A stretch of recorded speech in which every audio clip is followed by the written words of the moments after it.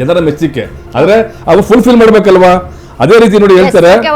ಸಾವರ್ಕರ್ ಪರೋಕ್ಷ ಟಾಂಗ್ ಕೊಟ್ಟ ಸಿದ್ದು ಸರ್ಕಾರ, ಕನ್ನಡದ ಅಸ್ಮಿತೆಯ ಹೆಸರಲ್ಲಿ ಸಾವರ್ಕರ್ಗೆ ಡಿಚ್ಚಿ. ಅನಾಮಿಕ ಸ್ವಾತಂತ್ರ್ಯ ಹೋರಾಟಗಾರರು ಹೆಸರಲ್ಲಿ ಹೊಸ ಪುಸ್ತಕ. ಕರ್ನಾಟಕ ಸಾಹಿತ್ಯ ಅಕಾಡೆಮಿ ವತಿಯಿಂದ ಕೃತಿ ಪ್ರಕಟ. ಅಂಡಮಾನ್ ದ್ವೀಪದಲ್ಲಿ ಕರಾಳ ಶಿಕ್ಷೆಗೆ ಒಳಗಾದವರ ಇತಿಹಾಸ.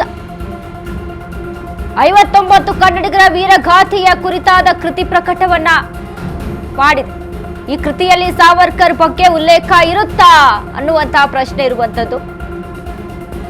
ಕನ್ನಡದ ವೀರ ಹೋರಾಟಗಾರರ ಸ್ಮರಿಸಲು ಮುಂದಾದ ಸರ್ಕಾರ.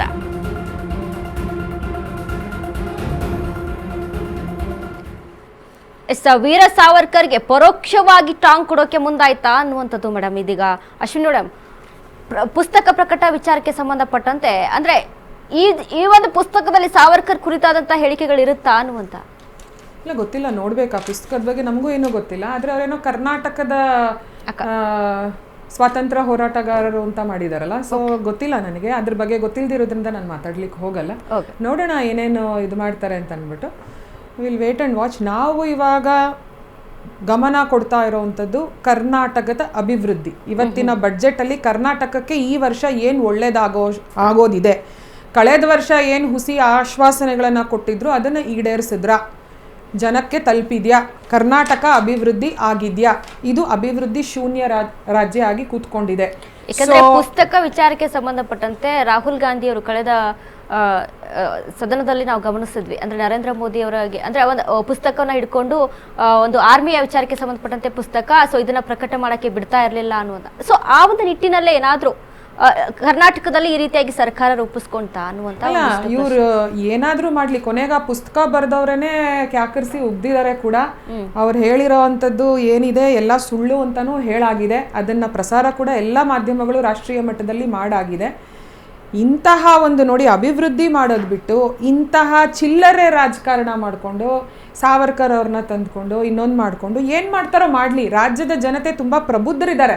ಅವ್ರಿಗೇನು ಸಿಗ್ತಾ ಇದೆ, ಬೆಳಿಗ್ಗೆಯಿಂದ ರಾತ್ರಿವರೆಗೂ ಕಷ್ಟಪಟ್ಟು ದುಡಿದು ನಿದ್ದೆ ಮಾಡೋಕ್ಕೆ ಹೋಗೋ ಮುಂಚೆ 1-2 ಹೊತ್ತು ಊಟ ಆಯ್ತಾ, ಒಂದು ಸಾಮಾನ್ಯಕರವಾಗಿ ಬದುಕುವಂಥ, ಡಿಸೆಂಟ್ ಆಗಿ ಬದುಕುವಂಥ ಒಂದು ಬದುಕನ್ನು ಮಾತ್ರ ಜನಸಾಮಾನ್ಯರು ಕೇಳೋದು. ಅದಕ್ಕೂ ಎಲ್ಲ ಮೋಸ ಮಾಡಿಕೊಂಡು ಗ್ಯಾರಂಟಿಗಳ ಹೆಸರು ಹೇಳ್ಕೊಂಡು ಸರ್ಕಾರ ರಚನೆ ಮಾಡಿ ಆಮೇಲೆ ಟರ್ಮ್ಸ್ ಆ್ಯಂಡ್ ಕಂಡೀಷನ್ಸ್ ಹಾಕಿ ಇವತ್ತು ಕೊನೆ ಗ್ಯಾರಂಟಿಗಳೆಲ್ಲ ಗೋತಾ ಹೊಡೆದು ನಿಲ್ಲೋ ಅಂತ ಹಂತಕ್ಕೆ ಬಂದು ತಲುಪಿದೆ ಆಯ್ತಾ, ನೋಡ್ತಾ ಇದ್ದಾರೆ. ಸೊ ಯಾವುದೇ ಒಂದು ಚಿಲ್ಲರೆ ರಾಜಕಾರಣ, ನಾಟಕದ ಒಂದು ಛಾಯೆ ಏನೇ ಬಿದ್ರೂ ಕೂಡ ಕರ್ನಾಟಕದ ಪ್ರಬುದ್ಧ ಜನ, ಮತದಾರರು ಯಾರಿದ್ದಾರೆ ಬರುವಂಥ ದಿನಗಳಲ್ಲೇ ಅದು ಗೊತ್ತಾಗುತ್ತೆ. ನಾವೇನು ಹೇಳಬೇಕಾಗಿಲ್ಲ. ಆದರೆ ನಾವಿವತ್ತು ಬಡ್ಜೆಟ್ ಬಗ್ಗೆ ಮಾತಾಡ್ತಿರೋದ್ರಿಂದ ರಾಜ್ಯದ ಜನತೆಗೆ ಏನು ಸಿಕ್ಕಿದೆ ಅನ್ನೋದು ಇವತ್ತು ಏನೂ ಸಿಕ್ಕಿಲ್ಲ ಆಯ್ತಾ. ಕೊಪ್ಪಳದ ಅಂಜನಾದ್ರಿ ಬೆಟ್ಟಕ್ಕೆ ಸಿದ್ದರಾಮಯ್ಯ ಬಿಗ್ ಗಿಫ್ಟ್ ಅನ್ನ ಕೊಟ್ಟಿದ್ದಾರೆ. ವಿಶ್ವ ಪ್ರಸಿದ್ಧ ಪ್ರವಾಸಿ ತಾಣವಾಗಿಸಲು ಭರಪೂರ ಅನುದಾನ. ಬರೋಬ್ಬರಿ 100 ಕೋಟಿ ವೆಚ್ಚದಲ್ಲಿ ಅಂಜನಾದ್ರಿ ಬೆಟ್ಟ ಅಭಿವೃದ್ಧಿ. ಯುನೆಸ್ಕೋ ಅನುಮತಿ ಪಡೆದು ಅಂಜನಾದ್ರಿಗೆ ವಿಶ್ವ ಪ್ರಸಿದ್ಧ ಪಟ್ಟ.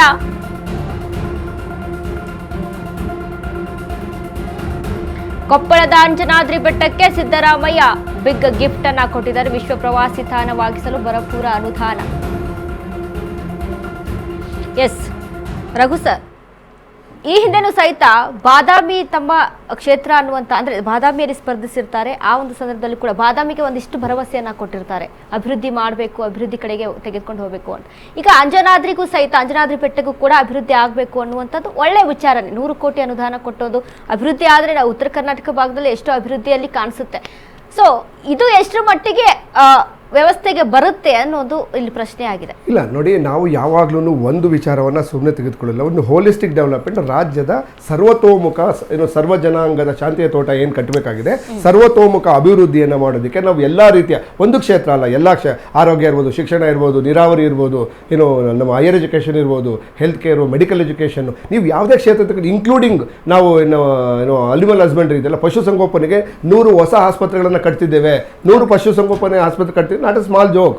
ಓಕೆ, ಸೊ ಅಂದ್ರೆ ನಾವು ಪ್ರತಿಯೊಂದು ಇಲಾಖೆನಲ್ಲೂ ಪ್ರತಿಯೊಂದು ವಿಭಾಗದಲ್ಲೂ ಕರ್ನಾಟಕ ರಾಜ್ಯದ 7 ಕೋಟಿ ಕನ್ನಡಿಗರಿಗೆ ಅವಶ್ಯಕತೆ ಇರ್ತಕ್ಕಂಥ ನಾವು ಕಟ್ತಾ ಇದ್ದೇವೆ. ಈಗ ನಮ್ಮ ಮಿತ್ರರು ಮಾತಾಡ್ತಾ ಇದ್ರು, ಈಗ ಕರ್ನಾಟಕ ಸರ್ಕಾರದ ಬಡ್ಜೆಟ್ ಅಫ್ಕೋರ್ಸ್ ಏನಾಗಿದೆ, ಈಗ ನಾವು ಟೋಟಲ್ ಬಡ್ಜೆಟ್ನಲ್ಲಿ ನಾವು ಕ್ಯಾಪಿಟಲ್ ಎಕ್ಸ್ಪೆಂಡಿಚರ್ ಅಂತ ಎಷ್ಟು ಖರ್ಚು ಮಾಡ್ತಾ ಇದೀವಿ, ರಫ್ಲಿ ಅರೌಂಡ್ 1.4 ಅಷ್ಟು ನಾವು ಕ್ಯಾಪಿಟಲ್ ಎಕ್ಸ್ಪೆಂಡಿಚರ್ ಖರ್ಚು ಮಾಡ್ತಿದ್ವಿ.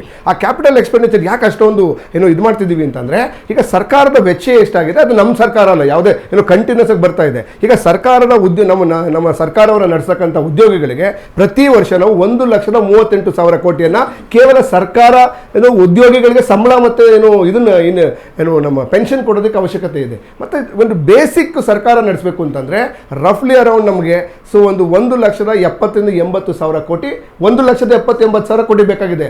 ಅದಕ್ಕೋಸ್ಕರ ನಾವೇನು ಮಾಡಿದ್ವಿ, ಒಂದು ಆಡಳಿತ ಸುಧಾರಣಾ ಆಯೋಗ ಅಂತ ತಂದು ಮಾನ್ಯ ಆರ್.ವಿ. ದೇಶಪಾಂಡೆ ಅವರ ನೇತೃತ್ವದಲ್ಲಿ XIAS ಆಫೀಸರ್ ಕೂಡ ಇದ್ರು. ಅದಾದ ನಂತರ ಆರ್.ವಿ. ದೇಶಪಾಂಡೆ ಅವರ ನೇತೃತ್ವದಲ್ಲಿ ಒಂದು ಹೊಸ ರೆಸೊಲ್ಯೂಷನ್ ತಂದಿದ್ದಾರೆ. ಏನು ಅಂತ ಹೇಳಿದ್ರೆ, ಎಲ್ಲಿ ಅನಾವಶ್ಯಕವಾಗಿರ್ತಕ್ಕಂಥ ಕೆಲವು ಪೋಸ್ಟ್ಗಳನ್ನು ಕಿತ್ತಾಕಿ ಸರ್ಕಾರದ ವೆಚ್ಚವನ್ನು ಕಡಿಮೆ ಮಾಡ್ತಕ್ಕಂಥ ಕೆಲಸವನ್ನ ಎಲ್ಲ ಇದರಲ್ಲೂ ಕೂಡ ಏನು ಅನ್ಪ್ಲಾನ್ಡ್ ಎಕ್ಸ್ಪೆಂಡಿಚರ್ಸ್ ಇದೆ ಅದನ್ನು ಕಮ್ಮಿ ಮಾಡಬೇಕು ಅಂತ ಹೇಳಿ ನಾವು ಆಲ್ಮೋಸ್ಟ್ ಈ ಸರಿನೂ ಕೂಡ ನಾವು ಆಲ್ರೆಡಿ ಒಂದು 10% ಅಚೀವ್ ಮಾಡಿದ್ದೇವೆ.